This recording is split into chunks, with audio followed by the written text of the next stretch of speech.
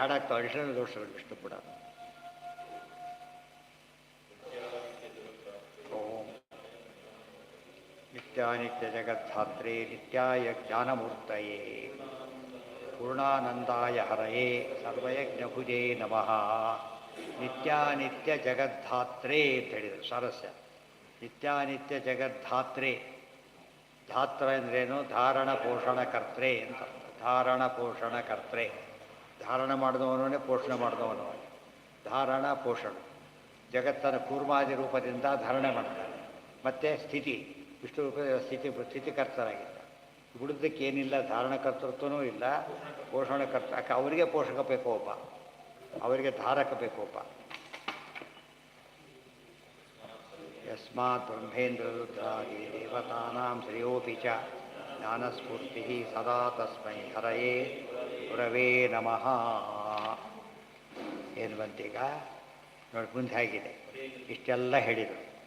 ಎಲ್ಲರೂ ಅವನಿಂದ ಹೆದರ್ತಾರೆ, ಅವನು ಯಾರೂ ಹೆದರೋದಿಲ್ಲ, ಅವನು ಮಾತ್ರ ಯಾರಿಗೂ ಅಂಜೋದಿಲ್ಲ. ತಥೋ ಬಿಭೇತಿ ಸರ್ವೋಪಿ ನ ಬಿಭೇತಿ ಹರಿ ಸ್ವಯಂ ಸರ್ವಗತ್ವ ಸದೂರೇ ಚ ಬಾಹ್ಯೇ ಅಂತಶ್ಚ ಅಂತಃ ಸಮೀಪಗಃ ಅಂತ ಹೇಳಿದೆ. ಪರಮಾತ್ಮ ದೂರದಲ್ಲಿದ್ದಾನೆ, ಹತ್ತಿರದಲ್ಲಿದ್ದಾನೆ, ಸರ್ವತ್ರ ವ್ಯಾಪ್ತನಾಗಿದ್ದಾನೆ ಅಂತ ಉತ್ತರ ಕೊಟ್ಟರು. ಇಷ್ಟೆಲ್ಲ ತಿಳ್ಕೊಂಡು ಏನು ಉಪಯೋಗ ಅಂತ ಪ್ರಶ್ನೆ. ನಮ್ಮ ಕೈಲಾಗೋದಿಲ್ಲ, ದೇವ್ರ ಕೈಲಾಗ್ತೀವಿ, ಎಲ್ಲ ಸರಿ ಇರ್ಬೋದು, ತೊಗೊಂಡು ಏನು ಉಪಯೋಗ ನಮಗೆ ಇದರಿಂದ? ವೆರಿ ಇಂಪಾರ್ಟೆಂಟ್ ಈ ಪ್ರಶ್ನೆಗೆ. ವಿಷಾವಶ ಸಣ್ಣ ಬರೀ 18 ಮಂತ್ರ ಇರೋದು, 18 ಅಧ್ಯಾಯ ಭಗವದ್ಗೀತೆ, 18 ಶ್ಲೋಕಗಳಿದ್ರೊಳಗೆ.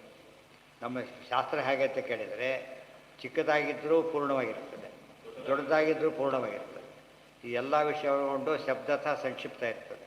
ಅದೆಲ್ಲ ವಿಷಯನೇ ಶಬ್ದತಃ ಹೆಚ್ಚಿಡ್ತದೆ ಅಷ್ಟೇ ಹೊರತು ಇಲ್ಲ ಅಂತಿಲ್ಲೇ ಇಲ್ಲ. ಪ್ರತಿಯೊಂದರಲ್ಲೂ ಏನಿರಬೇಕು? ಪೂರ್ಣತೆ ಇರಬೇಕು. ಅದಕ್ಕೆ ಒಂದೊಂದು ಶಬ್ದದಲ್ಲೂ ಪೂರ್ಣತೆ ಇದೆ, ಪರಮಾತ್ಮನೇ ಹೇಳ್ತಾ ಇದೆ. ಇಲ್ಲಿ ನೋಡಿ, ಏನಪ್ಪ ಫಲ? ಯಸ್ತು ಸರ್ವಾಣಿ ಭೂತಾನಿ ಆತ್ಮನ್ನೇವಾನುಪಶ್ಯತಿ ಸರ್ವಭೂತೇಷು ಚಾತ್ಮಾನಂ ತಥೋ ನ ಬಿಜುಗುಪ್ಸತೆ. ಯಸ್ತು ಸರ್ವಾಣಿ ಭೂತಾನಿ ಆತ್ಮನಿಯೇವ ಅನುಪಶ್ಯತಿ, ಯಾರು ಎಲ್ಲ ಪ್ರಾಣಿಗಳನ್ನು ಕೂಡ ಆತ್ಮನಿಯೇವ, ಆತ್ಮನಿ ಅಂದರೆ ಪರಮಾತ್ಮನಿ, ದೇವರಧೀನ ಅಂತ ತಿಳ್ಕೊಂಡು ಬಿಡ್ತಾರೋ, ಸರ್ವಭೂತೇಷು ಚಾತ್ಮಾನಂ, ಅದೇ ರೀತಿಯೇ ಸರ್ವ ಪ್ರಾಣಿಗಳಲ್ಲೂ ಭಗವಂತ ತಿಳ್ಕೊಂಡು ಬಿಡ್ತಾನೋ, ತಥೋನ ಬಿಜುಗುಪ್ಸನೆ, ಅವನೇನು ಮಾಡೋದಿಲ್ಲ. ಗೋಪ್ತುಮ್ನ ಇಚ್ಛತೆ, ಗೋಪ್ತುಮ್ನ ಇಚ್ಛತೆ ಅಂದ್ರೇನು? ನನ್ನನ್ನು ಕಾಪಾಡ್ಕೊತೇನೆ ಅಂತ ಹೋಗೋದಿಲ್ಲ. ಯಾಕೆ? ದೇವರು ನಮ್ಮನ್ನು ಕಾಪಾಡ್ತಾನೆ ಅಂತ ಭರವಸೆ. ಚಿಕ್ಕ ಮಕ್ಕಳಿಗೆ ನಾವು ಅಪ್ಪ ಅಮ್ಮಗೆ ಹೇಳ್ತೇವೆ, ಜ್ವರ ಹೇಳ್ತಾರೆ, ಕರ್ಕೊಂಬರ್ತೀನಿ ಅಂತ ಹೇಳ್ತಾರೆ. ಯಾಕೆ? ಅವನಿಗೆ ತಿಳಿದಿದೆ, ಅವನಿಗೆ ಆಧಾರ ಇದೆ. ಇಲ್ಲವಾದ ಅನಾಥ ಅಂತ ಕರೀತಾರೆ, ಯಾರೋ ಇಲ್ಲವಾದ ಅನಾಥ ಅಂತ ಕರೀತಾರೆ. ನಾವು ಸನಾಥರಾಗಿದ್ದು ಅನಾಥ ಅಂತ ತಪ್ಪು ತಿಳ್ಕೊಂಡ್ಬಿಟ್ಟಿದ್ದೇವೆ, ಅದಕ್ಕೆ ಟೆನ್ಷನ್ ಇದೆ. ನಮ್ಗೆ ಗೊತ್ತಾಗ್ಬಿಟ್ರೆ ಏನಾಗುತ್ತೆ? ಈಗ ಅನಾಥರಾಗೋದಿಲ್ಲ, ಅವು ಭಯ ಇಲ್ಲ, ರಕ್ಷಣೆ ನಮ್ಮ ನೋಡೋರು ಒಬ್ಬರಿರ್ತಾರೆ ಅಂತ ಗೊತ್ತಾಗ್ಬಿಡುತ್ತೆ. ಯಾವಾಗ ಆಸ್ಪತ್ರೆಯಲ್ಲಿ ಅಷ್ಟೇ, ರೋಗಿಗೇನು ಕೋಮದಲ್ಲಿ ಅವ್ನು ಮಾತಾಡ್ತೀನಿ ಉತ್ತರ ಕೊಡ್ತಾನೆ ಅವನು, ವಾಟ್ ಇಸ್ ಯುವರ್ ನೇಮ್ ಅಂದರೆ ಅಲ್ಲ, ಸಂಬಂಧಪಟ್ಟವ್ರು ಕೇಳ್ತಾರೆ, ಯಾರಪ್ಪ ಇವರು, ಅರ್ಥ ಆಯ್ತಾ? ಆ ರೀತಿಯಲ್ಲಿ ರಕ್ಷಣೆ ಮಾಡ್ಕೊಳ್ಳೋಕ್ಕೆ ಯಾಕೆ ನಾವು ಪ್ರಯತ್ನ ಪಡ್ತೇವೆ ಇವತ್ತು? ಮರಿ ಮೊಮ್ಮಕ್ಕಳು ಯಾವ ಅವರು ಮರಿ ಮಕ್ಕಳು ಆಸ್ತಿ ಮಾಡಿರ್ಬೇಕು ನಾವೀಗ. ನಾವು ರಕ್ಷಕರದ್ದು ಭ್ರಮೆ ಬಂದಿದೆ ನಮಗೆ. ರಕ್ಷಕ ಯಾರು? ಪರಮಾತ್ಮನೇ. ಆ ಭಾವನೆ ಬಂದರೆ ಏನು ಯೋಚನೆ, ನಮ್ಮ ಕೈಯಿಂದ ಆದಷ್ಟು ಮಾಡಿಬಿಟ್ಟು ಬಿಡ್ದು ಅವ್ರು ನೋಡ್ಕೊತಾರೆ ಅಂತ ಎಲ್ಲ ಅವ್ರಿಗೆ ಮಾಡಿ. ಅವ್ರಿಗೆ ಡ್ಯೂಟಿಯನ್ನು ಅವ್ರಿಗೆ ಯಾತಕ್ಕೆ ಬದುಕಬೇಕಾಗಿದ್ದರೆ ಎಲ್ಲ ನೀವು ಮಾಡಿಕೊಟ್ಟೆ, ಅವ್ರು ಯಾತಕ್ಕೆ ಬದುಕಬೇಕಾಗಿತ್ತು? ಅವ್ರ ಪರ್ಪಸ್ಸೇ ಇದೆ. ಅರ್ಥ ಆಯ್ತಾ ಈಗ? ಅದಕ್ಕೆ ಗುಡಿ ಸಿಟ್ಟು ಬರುತ್ತೆ ಮತ್ತೆ. ಆ್ಯಕ್ಚುಲಿ ಚಿಕ್ಕ ಮಕ್ಕಳಿಗೆ ನೀವು ಎಲ್ಲ ಮಾಡ್ಕೊಂಡು ಸಿಟ್ಟು ಮಾಡ್ಬಿಡುತ್ತೆ. ನಾನು ಮಾಡ್ತಿದ್ದೆ, ನೀವೇ ಹಾಕ್ಕೊಂಡು ಜೋರು ಮಾಡ್ತಾರೋ, ನಾನು ಮಾಡ್ತಿದ್ದೀನಿ ನೀವು ಮಾಡಬಾರ್ದು, ಮತ್ತೇನಾರು ಹಾಕ್ಕೊಳ್ಳೋಕೆ ಹೋಗಿ ಸಿಟ್ಟು ಬರುತ್ತೆ. ನಮಗೆ ಆ ಥರ ಸಿಟ್ಟು ಬರಬೇಕು. ನಮಗಾಗಲ್ಲ, ಎಲ್ಲ ಮಾಡ್ಕೊಂಡು ಹೋಗ್ತೇವೆ, ಊಟಕ್ಕೆ ಮಾತ್ರ ಬರ್ತೀವಿ ಅಂದರೆ ತಪ್ಪಾಗ್ತದೆ. ಸರ್ವಭೂತೇಷು ಚಾತ್ಮಾನಂ, ಅದು ಹಿಂದೆ ಆ ರೋಲ್ ಇತ್ತು, ನಮ್ಮದೊಂದು ರೋಲ್ ಇರಬೇಕು. ಯಾವುದೇ ಕಾರ್ಯಕ್ರಮಕ್ಕೆ ಅವ್ರು ಏನಿರಬೇಕು? ಎಲ್ಲ ಚೇರಾಗಿ ಏನೋ ಒಂದು ರೋಲ್ ಇರಬೇಕು. ಬಂದವರು ಕೂಡಿಸ್ಬೇಕು ಕೊನೆ ಪಕ್ಷ. ಅದು ಇಲ್ಲಿ ಸ್ವಲ್ಪ ಸರ್ಕೊಳ್ಬೇಕು ಕೊನೆ ಪಕ್ಷ ಕೂತ್ಕೊಳ್ಳೋಕ್ಕೆ. ಏನು ಮಾಡೋದಿಲ್ಲ ಅಂದರೆ ಏನಾಗ್ತದೆ? ಅಲ್ಲಿಗೆ ಅಬ್ಸ್ಟ್ರಕ್ಷನ್ ಇಷ್ಟ ಆಗ್ತಾನೆ ಅಷ್ಟೇ. ಸರ್ವಗಂ ಪರಮಾತ್ಮಾನಂ ಸರ್ವಂಚ ಪರಮಾತ್ಮನಿ ಯಃ ಪಶ್ಯೇತ್ ಸ ಭಯಾಭಾವಾತ್ ನಾತ್ಮಾನಂ ಗೋಪ್ತುಮಿಚ್ಛತಿ ಇತಿ ಸೌಕರಾಯಣ ಸತಿ ನಜುಗುಪ್ಸತೆ ಅಂತ ಅದಕ್ಕೆ ಅರ್ಥ ಹೇಳಿದರು. ಆತ್ಮಾನಂ ಗೋಪ್ತುಂ ನ ಇಚ್ಛತಿ, ನನ್ನನ್ನು ಕಾಪಾಡ್ತೇನೆ. ಅದಕ್ಕೆ ಸನ್ಯಾಸ ತಗೊಳ್ಳೋದಾಗಲಿ ಅವಧೂತರಾಗಲಿ ಏನಿದೆ ಗೊತ್ತಾದರಲ್ಲಿ ದೇವರಲ್ಲಿ ಪೂರ್ಣ ನಂಬಿಕೆ ಇದೆ. ಅವರಿಗೆ ದೇವರು ನಮ್ಮನ್ನು ಕಾಪಾಡ್ತಾರೆ ಅಂತ.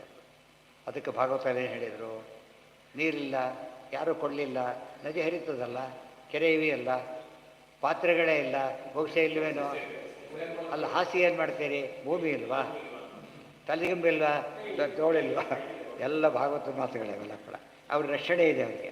ದೇವ್ರ ದೇವ್ರ ರಕ್ಷಣೆ ಕೈ ಕೊಟ್ಟಿದ್ರೆ ರಕ್ಷಣೆ ಆಗಲಿಲ್ಲ. ಈಗ ದೇವರು ಕೈ ಕೊಟ್ಟ ದಿಂಬ ಕಟ್ಟಿ ಬೋದೋಯ್ತಲ್ಲ. ಈಗ ಏನು ಬೇಕೋ ಅದನ್ನೆಲ್ಲ ಕೊಟ್ಟಿದ್ದಾರೆ ದೇವರು.